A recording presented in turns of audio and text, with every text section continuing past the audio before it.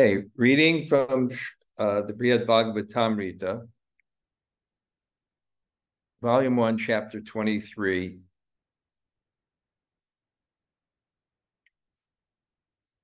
Text, Chapter 4, Text 23. Om Namo Bhagavate Vasudevaya. Om Namo Bhagavate Vasudevaya. Om Namo Bhagavate Vasudevaya.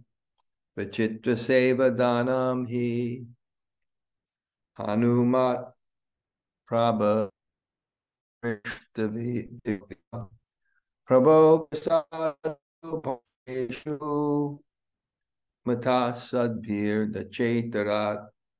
The Lord truly gives his mercy, saintly authorities believe, when he grants the right to render various kinds of service. A blessing he gives to such devotees as Hanumān. Nothing else counts as his mercy. Commentary. Small displays of affection are not proof of the personality of Godhead's favor. Bṛhad says, when a devotee becomes mature and realizes his eternal relationship with the Supreme Lord, the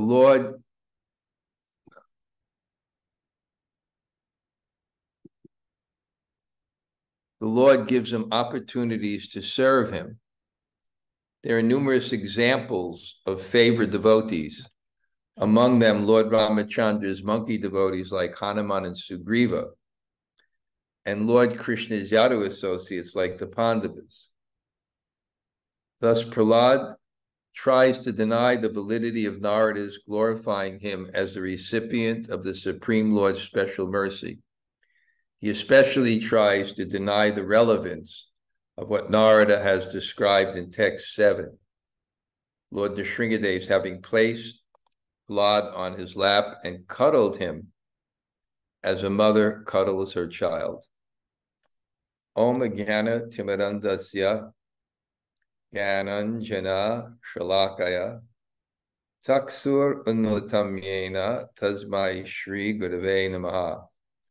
Sri Chaitanya Mano Bhishtam Stapitam Yena Bhutale Sayam Rupa Kadamayam Tadati Sapadantikam Vancha Kalpa Tarubhyascha Kripa Sindhu Bhayevacha Patitanam Pavanebhyo Vaishnavebhyo Namo Namah. Shri Krishna Chaitanya Prabhu Nityananda Sri Advaita Gadadhar Shivas Adi Gaur Bhakta Vrinda. Hare Krishna Krishna Krishna Hare Hare Hare Rama Rama Rama Hare Hare. So greetings from Govardhan.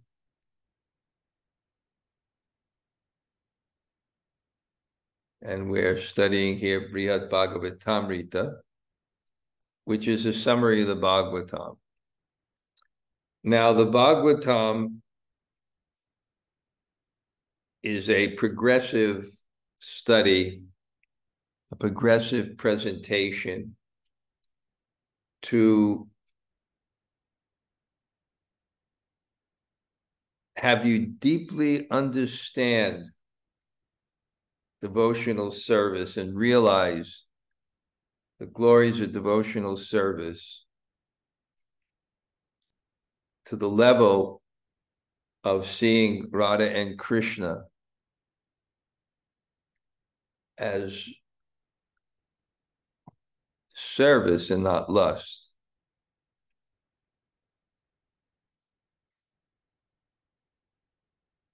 And it does this, the Bhagavatam, as does its summary, the Bṛhad-bhāgavatāmṛta, by progressively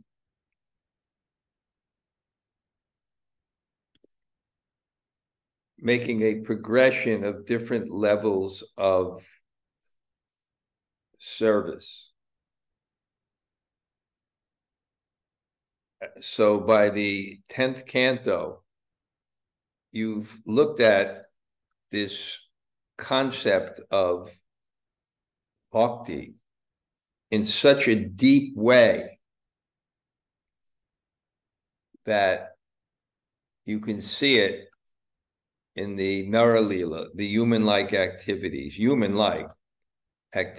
of Krishna, and not prejudge those activities by generalizing a experience you had that is similar but doesn't apply. And a classic example here in the progression, which exactly follows the progression of the Bhagavatam, Bṛhad, the 7th canto, Hanumān, the 9th canto, is Bṛhad pointing to Hanumān for a specific reason. And of course, again, in that perspective of devotion, where it's so valuable to a devotee that he doesn't want anything else.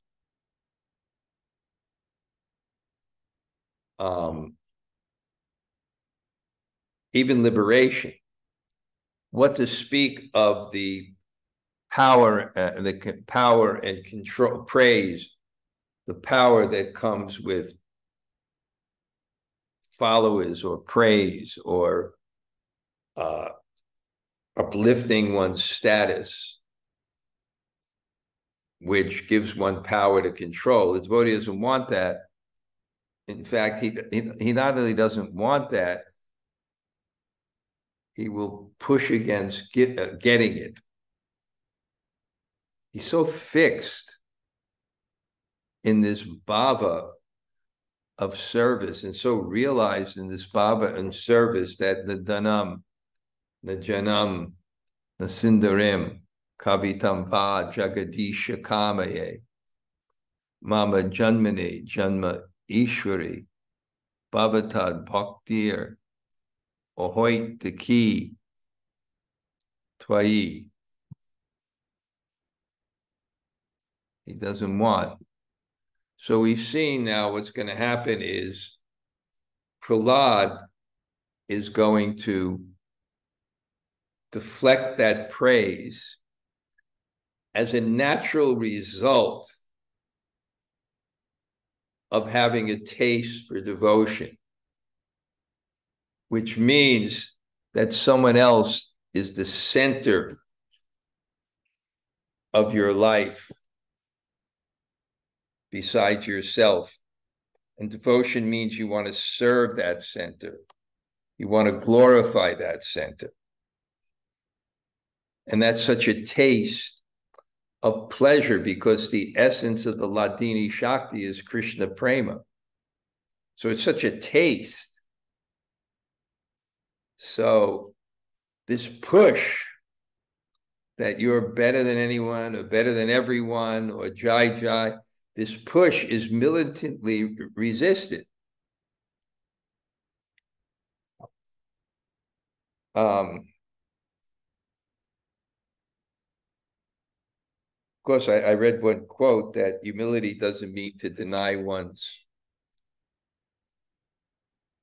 good qualities.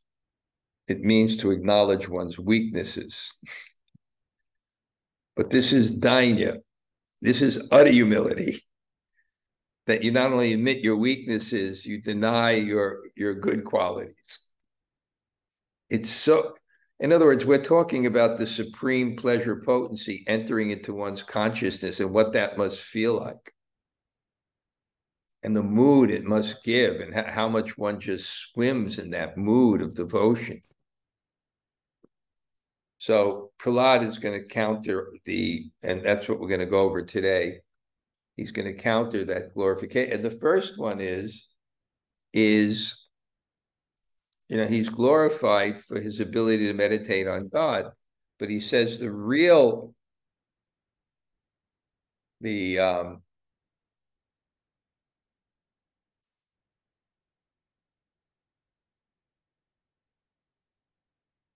Yeah, he's actually counteracting that.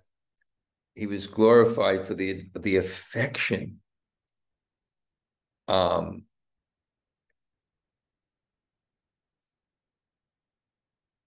Nrsingadev for him. He's going to counteract that. But he's going to say, because that's not the real mercy. They're not, the real mercy is not giving God affection, God giving you affection. The real mercy is you giving him service.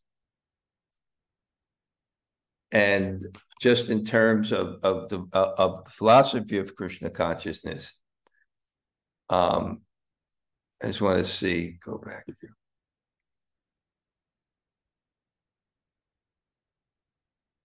Yeah, nothing else counts as mercy, but getting service.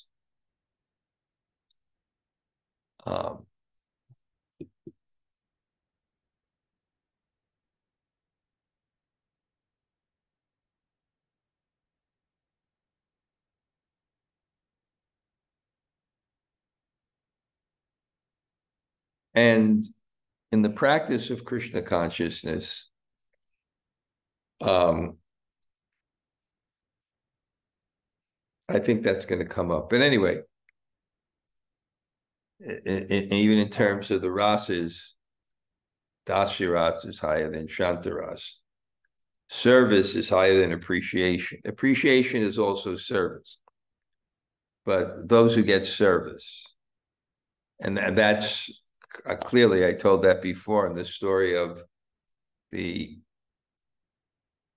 wives of the Brahmins, when Krishna sends the cowherd boys to ask for some food for Krishna. Basically, they're offering service to the Brahmins. They say, Bhadram te, this is the most auspicious thing for you. Okay, we'll go on. Shriman Nrsinga Lila cha Madanugrahato nasa Sabhakta Devata Raksham Parshada Vayamochitam. Furthermore, Shriman Nrsinga performs his pastimes not to favor me, but to protect the demigods, his devotees, and deliver two of his eternal servants. So Nrsingadev appeared, and this is one of the, when Narada, after hearing from Lord Shiva, came to Prahlad to glorify him, one of the things is that very visual pastime where the demigods were cowering in fear, and Lord Nrsingadev called Prahlad and picked him up and then began to lick him with affection. So Prahlad really feels like he's in the presence of Narada Muni. He really feels he has to counter this. He just doesn't want to be the center. So he feels he has to counter this. So he says, that wasn't the real reason. That was just part of the pastime. It wasn't to favor me, but the pastime was to protect the demigods, because Hiranyakashipu had conquered, with the demons, conquered the demigods, and to deliver two of his eternal servants. It was also to deliver Jai and Vijay, who took birth as Hiranyaksha and Hiranyakashipu. So he's saying this was past the pastime, and his affection for me was just incidental. Brahmatat tanayadinam kartum vak satyatam api nija bhakta mahatvam cha samyag darshiyatum param.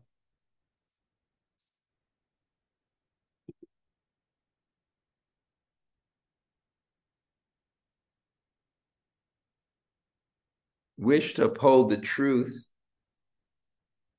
of the words of Brahma and others, such as Brahma's sons, and fully display the greatness of devotional service. These were the only reason for his pastimes. So the glories, what was the glories of devotional service? the glory of devotional service, just like Prabhupada, he once asked, can you perform any mystic activities? He performed mystic activities, and Prabhupada said, I've made them Brahmins.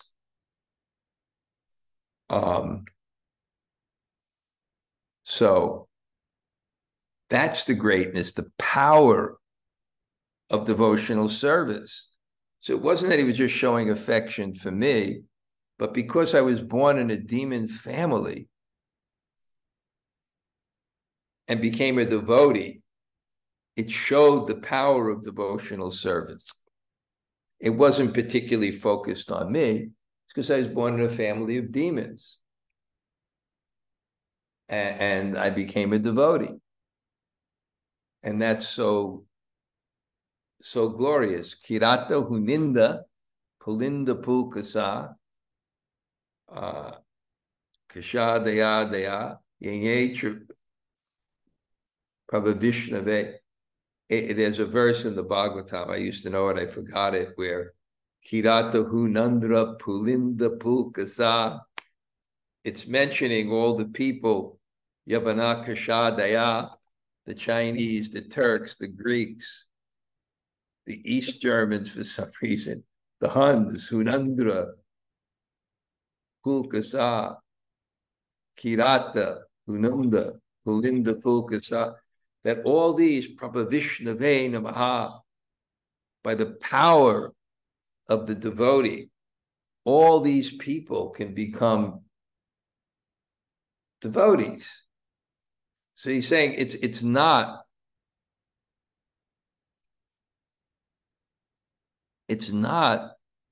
that he was showing his affection for me. These are the reasons for his pastimes. And to uphold the words of Brahma and others. So Krishna upholds the words of his devotees. One time, Prabhupada's godbrother, Bhakti-bhāgavatāmṛta Puri Maharaj, came to the Krishna Balar Mandir. And he was known as probably the godbrother that was most appreciative of Prabhupada's preaching, really. So he came and gave a class in the temple, and it was such a nice class, just standard class. And after the class, we fed him prasādo. And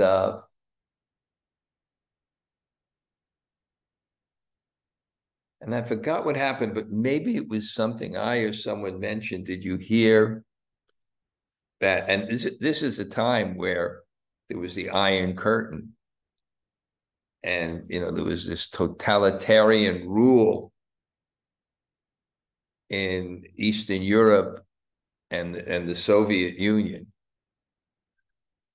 And we said, did you hear that hundreds of people are becoming devotees in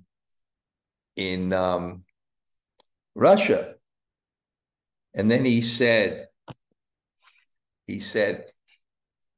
it must happen because your Guru Maharaj predicted it. And then he said, Kontiya patajanahi name bhakta. Krishna told Arjuna to declare it boldly that my devotee will never perish. And he said, this also means the words of my devotee. So he said, because Prabhupada said it, that they become Krishna conscious, then it must be true. Commentary, the personality of God assumed his amazing half-lion, half-man form to save Prahlad from Hiranyakashipu, the most terrible opponent of Lord Vishnu's devotional service. Isn't this evidence enough that he favors Prahlad? No, Prahlad replies, the Supreme Lord appearance as Nrsimhadev and his disposing of Hiranyakashipu served other purposes. The Lord enacted this pastime to protect Indra and the other demigods or his faithful devotees. He also descended in the form to free his two Vaikuntha associates, Jai and Vijay, from the curse of Sanaka and his brothers. In addition, the Lord felt obliged to fulfill the words of several of his devotees. Brahma had predicted the Supreme Lord's appearance as Nrsimha. Brahma's son, the four Kumars, had predicted the Lord's killing Hiranyakashipu. Hiranyakashipu himself was an incarnation of the Lord's Narayan's doorkeeper Jai, had also made statements that the Lord had to make true, and Narada and Prahlad's prediction also. So anyway, he's counteracting this, and that's the section we're at.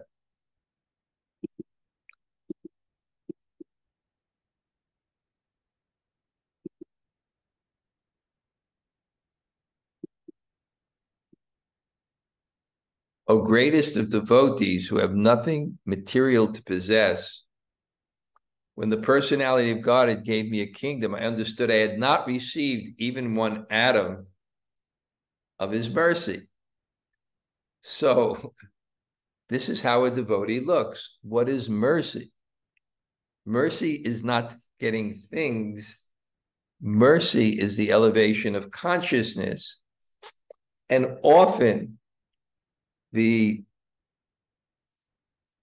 opulence that a person has is a detriment to devotion. Even here, I'm in Braj, and I think I'm living quite simply by Western stamp, but I have this nice place, and I get donations so I can buy whatever food I want, and I have a personal cook, and I mean, still, I'm kind of very simple in many ways. But then I look at these other sadhus who are forced to live in a more simple way, and I think maybe they have more mercy than they. Maybe they have more mercy than they. Tapo divyam yena kaputva sattvam shudye yasman brahma sokyam tunanta. That because they perform such simple austerities, and just like after 47 years in the Dham, last year, I bought an air conditioner. So am I now the recipient of Krishna's mercy? Or it'd be better I didn't have it. And I tolerate it because what austerity does, and I'm not saying I should have it or not, but I'm just making a point. Because sometimes you can't do service, it's too hot. And anyway, my air conditioner never worked from the day I got it. Anyway, besides that fact, my karma. But what austerity does, which means you tolerate in devotional service, what it does is it detaches you from the bodily concept of life and gives you more energy and focus for devotional service. So, what is mercy? And I think that's one argument also. If there's evil in the world, then there must not be God, because God must be omnipotent, omniscient, and omnibenevolent. If there's evil in the world, he's either not all-powerful because he can't do anything about it, or he's not omniscient, maybe he doesn't know about it, or if he knows about it and he's powerful, then he's not omnibenevolent. Then he's not good. But I think one perspective to look, and it takes a little bit of insight, is that mercy is the elevation of consciousness. And therefore, what comes to us is actually for us to bring us to a higher level of consciousness. And that's what mercy is. So Prahlad here is saying, you talked about mercy, me getting a kingdom. That's not one iota. One atom is mercy. Commentary. Self-realized sages are called pramahamsa, where they have given up all material ambitions But the greatest paramahamsas are those who have also abandoned the desire for liberation and the sense of being self-satisfied in impersonal liberation. Narada is the best of such Vaishnavas paramahamsas. Prahlāda addresses him like this to imply that Narada should certainly understand the fallen condition of one who's become entangled in political responsibilities. Thus Prahlāda asserts, Lord Nrsimha hardly blessed me with his favor. By giving me my father's kingdom, he actually punishes me severely. So anyway, he's saying, well, that's not God's mercy. That's not God's mercy. Actually, everything is God's mercy. My theory is God gives everyone a chance to become completely perfect in one's life, and that's one's karma. If one learns every lesson, these are the lessons we have to learn in life. And if we learn every lesson, we become realized, or become a receptacle to self-realization.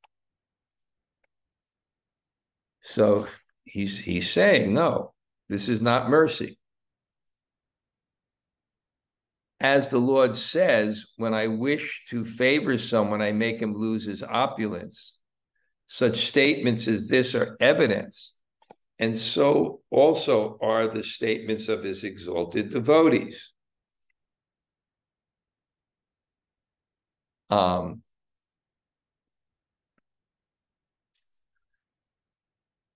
Krishna's mercy is whatever he does. He may give someone opulence, and that's their mercy. And he takes it away, and that's his mercy. But because, generally speaking, when we get material opulence, we increase the material attachments and material favor, that in our lives, we have these experiences. I know I've had several of those experiences, and where my external life was going painfully against my desires. And I know in my consciousness, what I did is I shifted my strategy for happiness from controlling the world to serving God, which didn't require a control of the world, because any circumstance, that's consciousness, that's free will. It's not dependent on destiny, what happens to you. So I saw that. And I do look back on those circumstances as God's mercy. And if he had fulfilled all those desires, I don't think I'd have the level of consciousness I have now. But at the time, if I was thinking, why is God not being merciful to me? My vision was very short-sighted, because it was his mercy. Every challenge, every difficulty was just helping me to become deeper in Krishna consciousness. And I wouldn't want to go back and change those circumstances, because they were an integral part of elevating my consciousness. And that's the view of a devotee, that what bhakti is, it's so worth it that it's worth whatever price you can pay for it. It's so valuable. So basically, this is Prahlād's argument. Having the kingdom wasn't mercy either.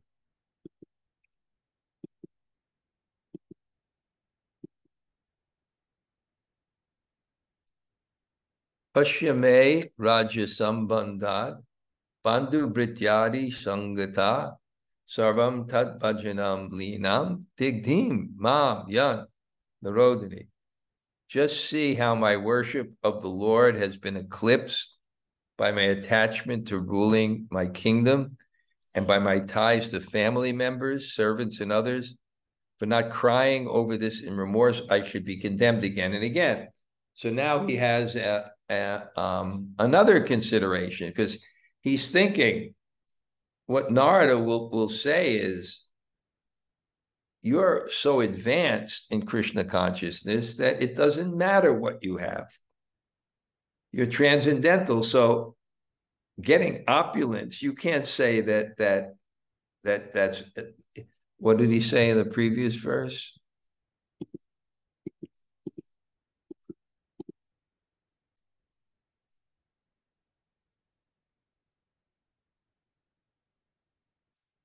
Oh, previous one before that. That's not mercy. When God gave me a kingdom, I'm not affected by it, and that when God's mercifully takes things away, no, he doesn't have to take things away from you. Why does he have to take things away from you? You're Krishna conscious. So your relationship to objects in the world is one of service and devotion. So it's not true that he has to take away anything from you to be merciful to you. It's not that he's condemning you because he's giving you this opulence.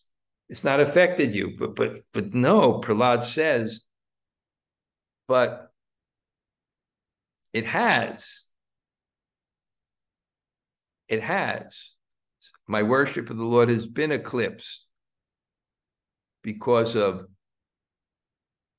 sambandha, because of the attachments, bandhu to family, to britya adi servants. It's been lina, it's eclipsed. And I'm condemned for this.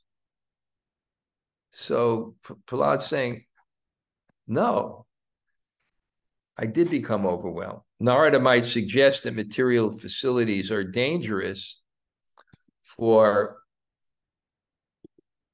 immature devotees, where those who are fully self-realized need not fear becoming distracted from their worship of the Lord. But Prahlad is a fully self-realized devotee. Prahlad replies here that he's been distracted and deviated from pure devotion, a fact that proves he never actually received the full mercy of the Lord. According to his constant meditation on being protected by the Lord, has now been completely eclipsed. And he says eclipsed rather than be destroyed, because nehabika manasho sti pratyavayo navidyate sopam apyasya dharmasya trayata, that there's no loss of diminution in bhakti. It can only be covered. It can never be destroyed. Whatever we've seen that with devotees that leave due to offenses, after the effects of the offenses wear off, then they come back. So it's there.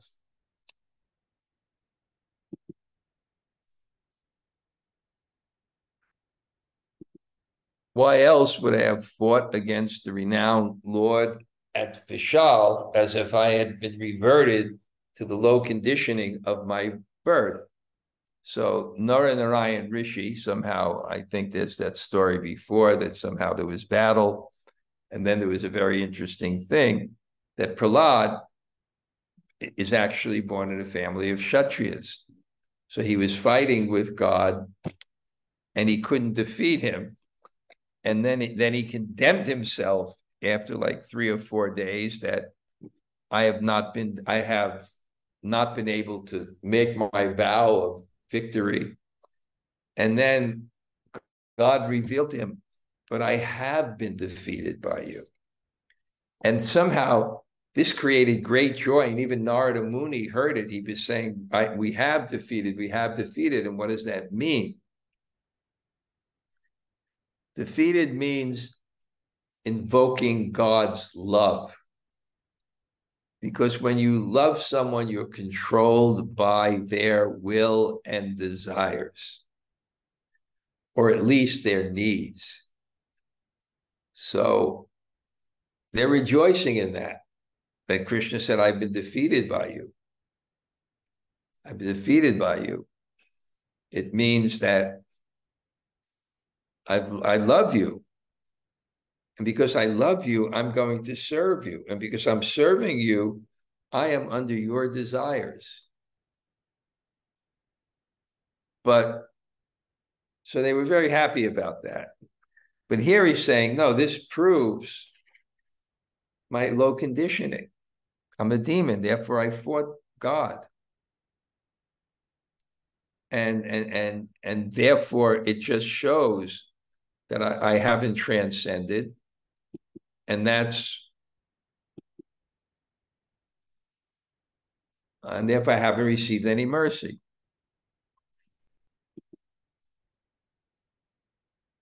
The demons in their teachings are always inclined to bad scholarship about the truth of the self. Because of my association with such demons, even today, my understanding is not free from degraded element of dry speculation. Okay, somehow it's been a Ekadasi today, and I walk around the hill every single morning. And then when I wake up tomorrow, I haven't also drunken anything. And when I wake up tomorrow morning,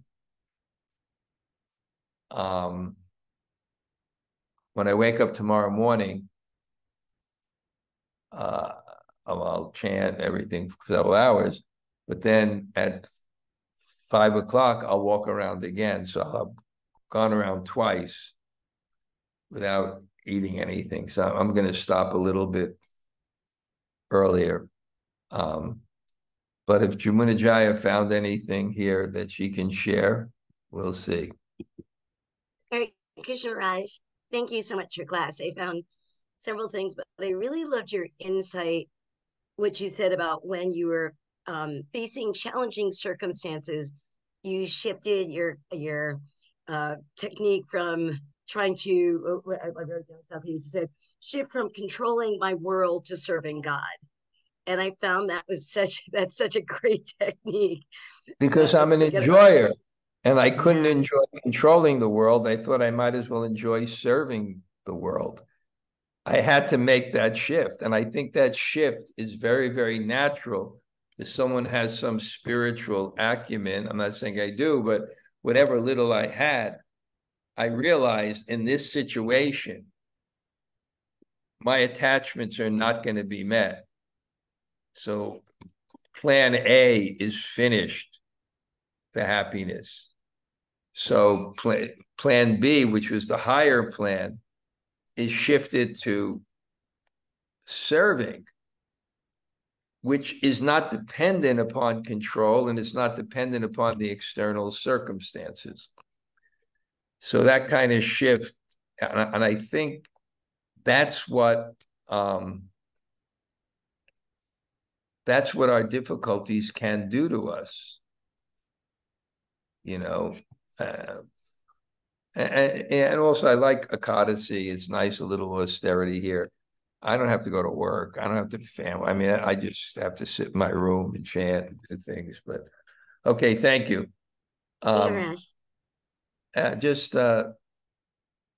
Chad, I sent you a letter. Do you get it?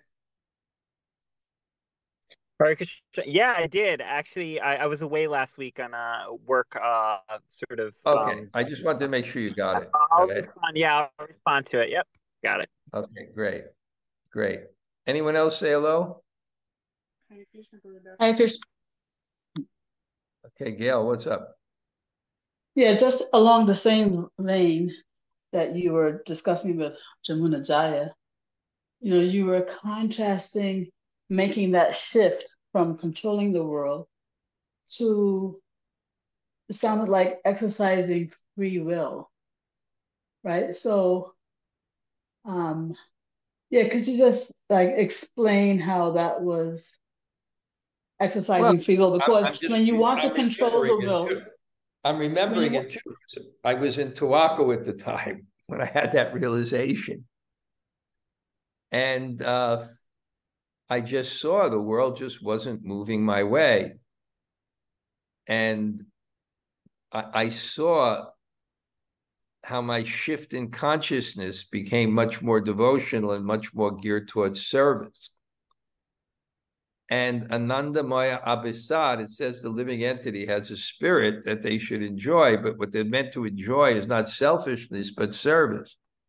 And we discussed this before. So I just saw that there was this kind of shift. I think it's a psychological shift when you have some spiritual acumen, that controlling the world is not possible. And then you also understand, even if you could, it doesn't work. That what your happiness is dependent on is your consciousness and your service. And that's completely within your power. Your destiny is not. So I saw that kind of shift. So you're calling the exercise of your free will of switching your It's not just exercise. You understand, exercising your free will properly. In other words, using your free will to not to use your free will to try to control the world, but using your free will to try to perform devotional service. But also the realization is that that's where happiness really ultimately lies. Mm-hmm. And not in something that you can't control. If you can't control your destiny. So, but you can control your reaction to it.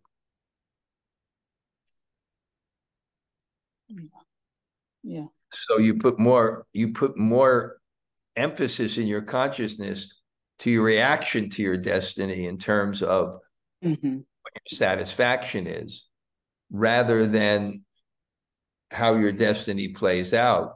And you're more likely to do that when your destiny is not conforming to your desires.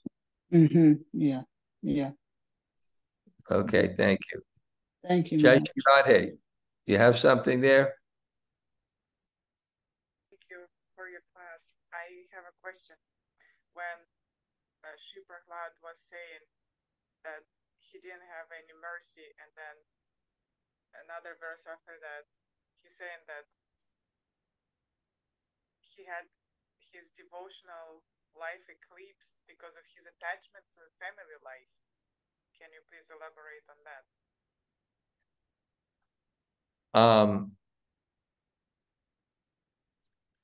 Well, whether he did or not, he was making that point that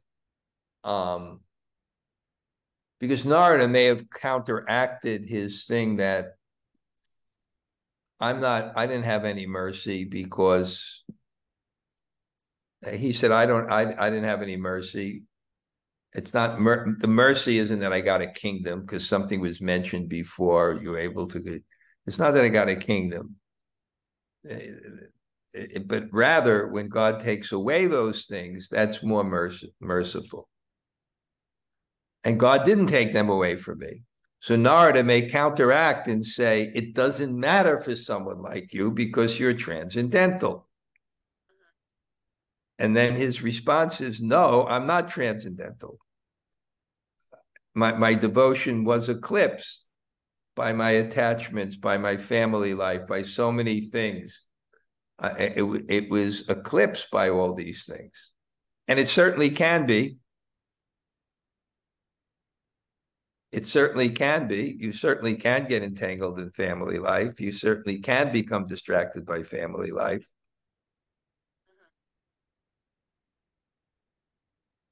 But what? There's no but here. It's a fact. I'm not saying that. I'm not making a plan. Grihastha is a great ashram. Bhaktivinoda Thakur, we could say things like that, but there is there in the Shastra that one can be distracted.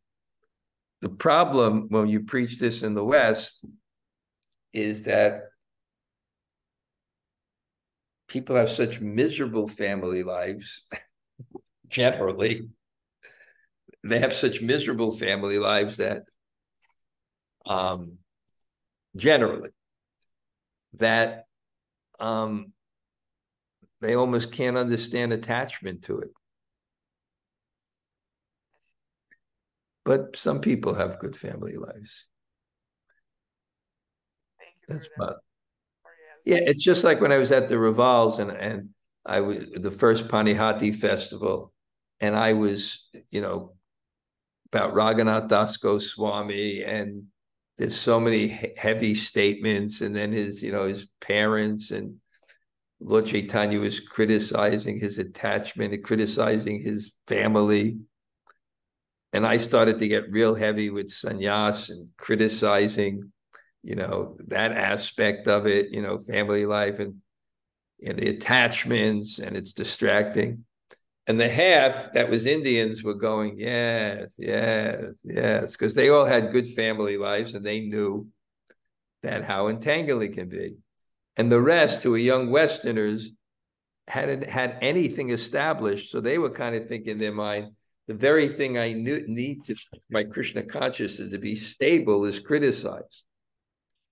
So it really, a lot of these statements are spoken in a culture where they've arranged intact family situations where you can actually be attached to, where you have a social system, you have compatibility in the marriage, you have different commitments that people have to uphold. You can maintain many children. Economically, children weren't a burden, but rather they actually were an asset. And the children weren't the center of the world, because you grow up in these joint families where you get so much affection, but you can never see yourself in the center. So, so it's hard for this kind of preaching to come in the modern context where many people don't have their needs met to be peaceful because their family lives are not intact. So it's hard to relate to that. But this is spoken 5,000 years ago, when it was a problem. You get attached. You get very attached. And it was a culture. I'm just thinking, all my disciples, the men now, are 50, right? When we grew up, it was like 50 was sannyas, but you actually saw that in that kind of culture, by the age of 50, people were just free the rest of their lives, just to completely dedicate. Now no one can retire. There's this whole illusion. Actually, I think when I grew up, we were more opulent because my family is middle class, but we owned a house, a one-family house in Brooklyn, 50 by 100 50 by 100 feet, land. It was nice, 3 bedrooms, living room, dining room, basement, 1-bedroom apartment. And my mother didn't have to work. Now they've kind of created the illusion that people are making more money, but not really. The dollar is worth less and less. I mean, gas was 19 cents a gallon.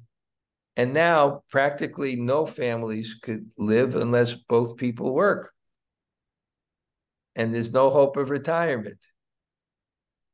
So it's family life. It was a different world. In fact, with Indians, the head of the family wouldn't even like a bedroom. He'd like to sleep in the living room. So all the family just crosses him. Who wants that now? Right? Okay. Haribo. Okay. Anybody else say hello? Hare Krishna, Gumaraj. Tota Gopinath here. So great to hear from you. Great, Tota. Haribo. Thank you. And I'm over 50. I know you're all suffering. I know. Okay. Anybody else? Hare Krishna. Hare Krishna Maharaj. This is Krishna-katha. Thank you so much. I have a question. You told us that God gives us an opportunity to go through all the lessons during one life to become perfect. And my speculation is, yes, but it's so nice. I love it. And what okay, prevents us from doing that? What prevents us? well, what prevents us?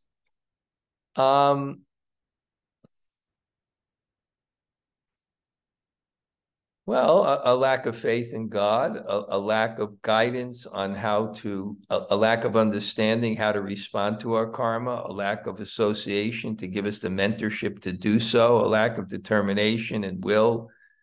In other words, it's responding appropriately where you get the fruit of the realization. That's what we don't respond properly because we don't have enough faith, we don't have enough knowledge, and we don't have enough guidance.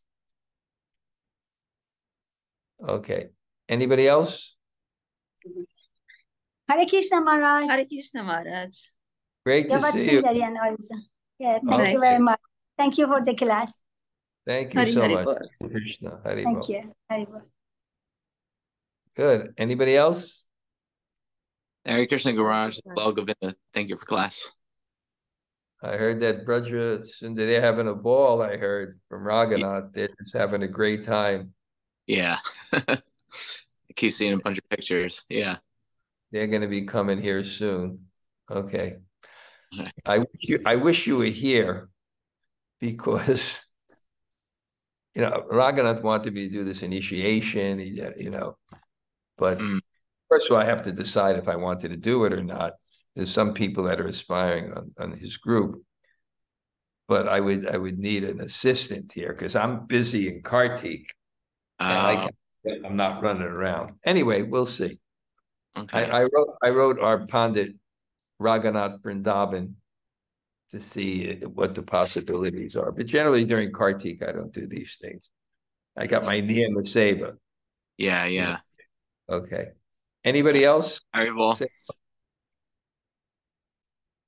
Hare Krishna Guru Maharaj, Namaste is here.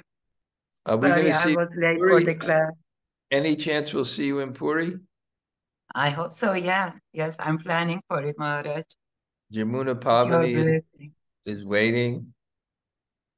Thank you. Okay. Haribo. Okay, thank you so Are much. you in your country home? Yes. Yeah, it's good. The winter's coming. The what? The wind? Winter. Oh, winter. But Winter is coming. It looks beautiful, and it looks like your family did a lot of work on it. Yes, they did, and they are doing still. Okay, great. Yeah. Anybody else? Say hello. Hare Krishna Guru Maharaj. Hare Krishna. Amala, Hare Krishna. Hare Krishna. My prayers for everyone there. Haribo. Thank you, Guru. Okay. Anybody else?